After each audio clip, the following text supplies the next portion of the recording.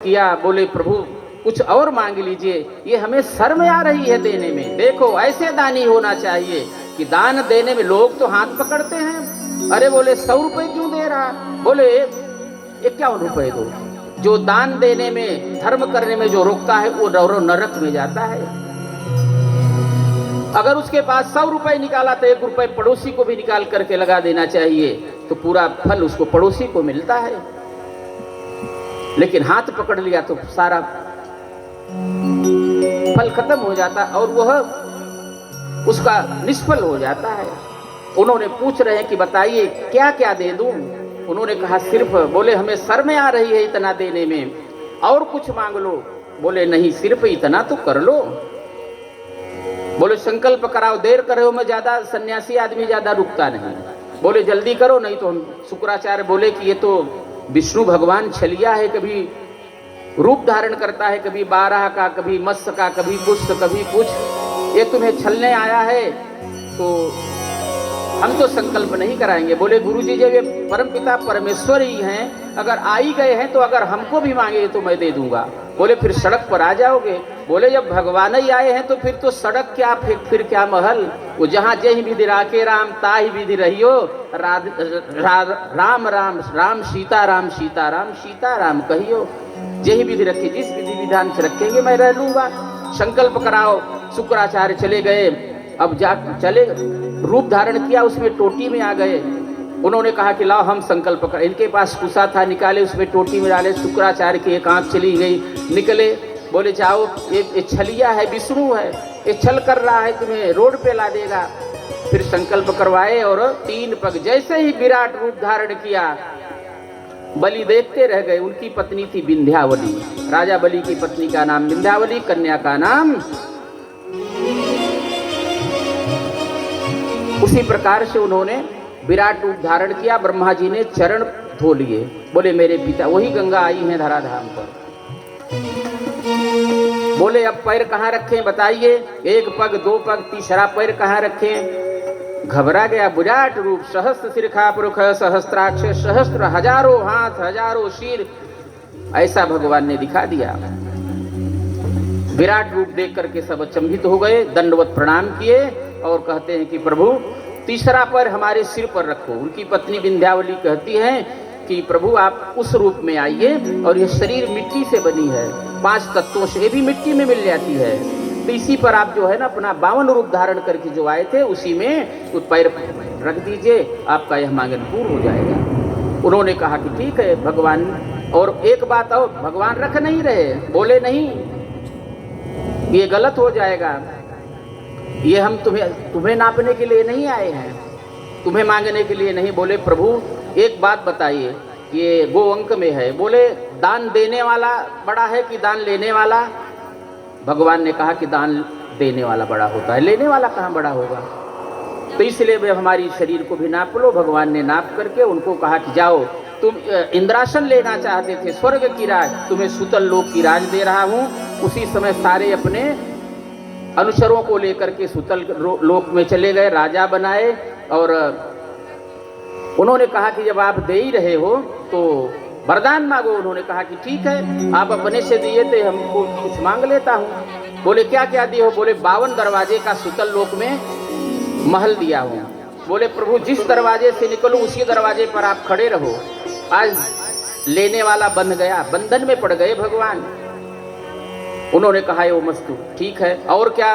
बोले एक और वरदान देता हूँ, 3 वरदान हो जाए। बोले प्रति इसे त्रयोदशी से लेकर के, जो अभी त्रयोदशी गई, और लेकर के द्वितीया तक, यानी यम द्वितीया तक जो है ना 5 दिन की राज इस धराधाम पर देंगे, तुम्हारी होगी। तो राजा बलि की राज्य त्रयोदशी से लेकर के, है ना, त्रयोदशी से यानी वो द्वितीया तक रही, भाई दूज तक, यहाँ पर उनका राज्य हुआ करती है।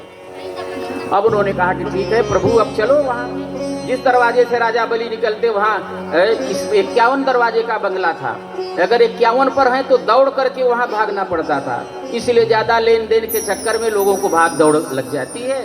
इसलिए बेटे की शादी करो तो कम लो, बेटी की शादी करो तो सामने वाले को भी बोलो कि कम लो, नहीं तो तुम्हें भी हम दौड़ाएंगे। राजा बलि तो भगवान को दौड़ाया था। लेन देन के चक्कर में दौड़ना ही पड़ेगा, क्योंकि बेटी भी बोलेगी कि हम तो पिताजी ने, हमारी माता जी ने तो आपको पूरा का पूरा दे दिए, अब भागो दौड़ो करो सब सेवा हमारे माता पिता का भी। इसलिए लेन देन के ज्यादा चक्कर में नहीं, सामने वाला जितना दे दे उसी को भगवान माने। अब उन्होंने कहा कि प्रभु ठीक है, अब चलो। वहां पर लग गई ड्यूटी। नारद जी श्रीमन नारायण नारायण कर 2 से 3 मिनट और लगेगा, आरती की तैयारी करें आचार्य जी, शास्त्री जी, 2-3 मिनट का और है। अब उन्होंने कहा कि ठीक है, हम श्रीमन नारायण नारायण करते हुए भगवान के लक्ष्मी जी के पास पहुंचे साकेत धाम में। कहा कि प्रभु कहाँ हैं? नारद सब जान रहे थे, फिर भी पूछ रहे थे। बोले 15 दिन से गए हुए हैं मृत्युलोक में, कोई राजा बलि है, यज्ञ चल रही है उसमें देखने। बोले अब हो गया 15 दिन ऐसे बीतते रहेंगे आने वाले। बोले क्या हुआ? बोले वहां तो लेने के देने के चक्कर में पड़ गए, लेन देन का चक्कर भारी हो गया।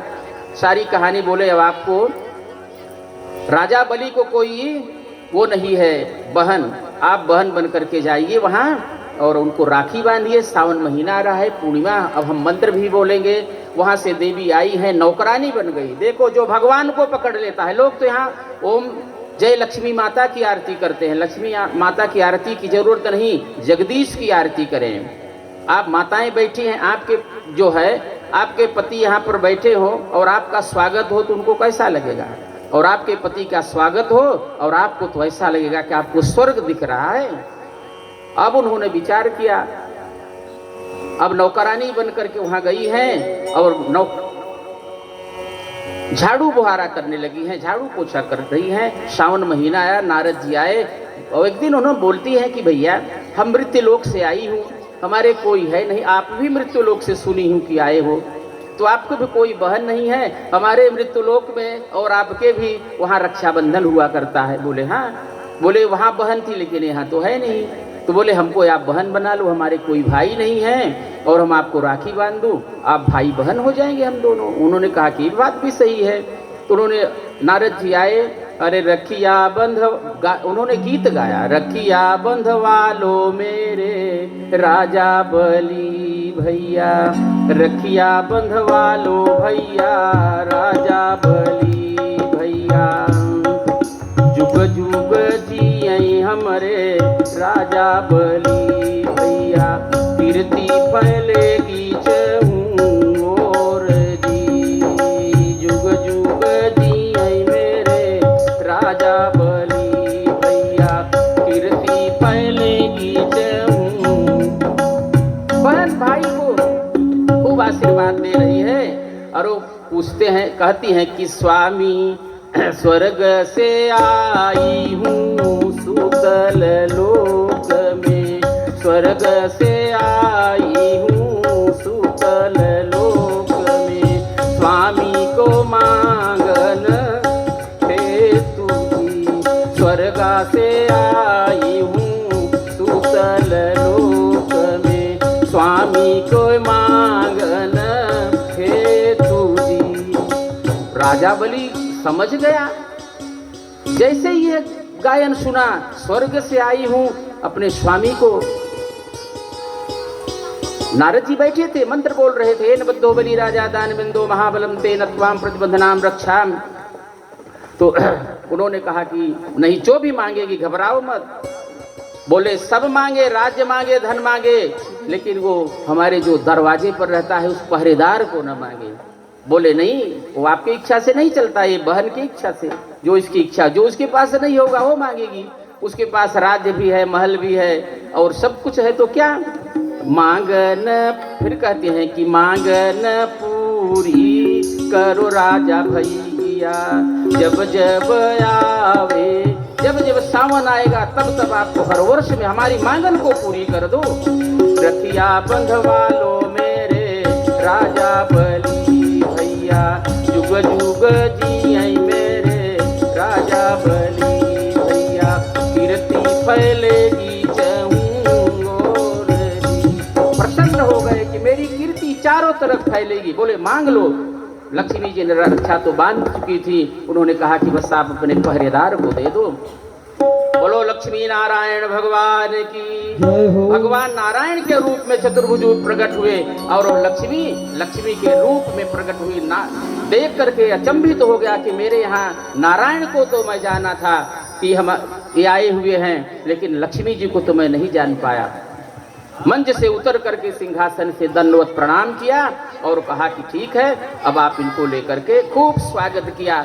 स्वर्ग से सोने का रथ आया और उस पर नंद सुनंद लेकर के उनको चले गए। एक छोटी सी भजन अब आरती। बोलो भागवत महापुराण की, बोलो सच्चिदानंद भगवान की जय हो। जय जय श्री राधे। भजन लो।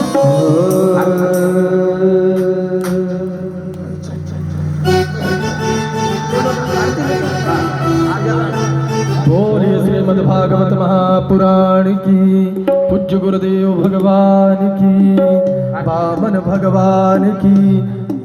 दिखाइए पहले।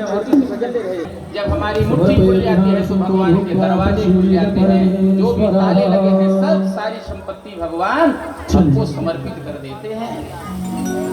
आरार्तिक्यम चल आरती आरार्तिक्यम चंद्रमा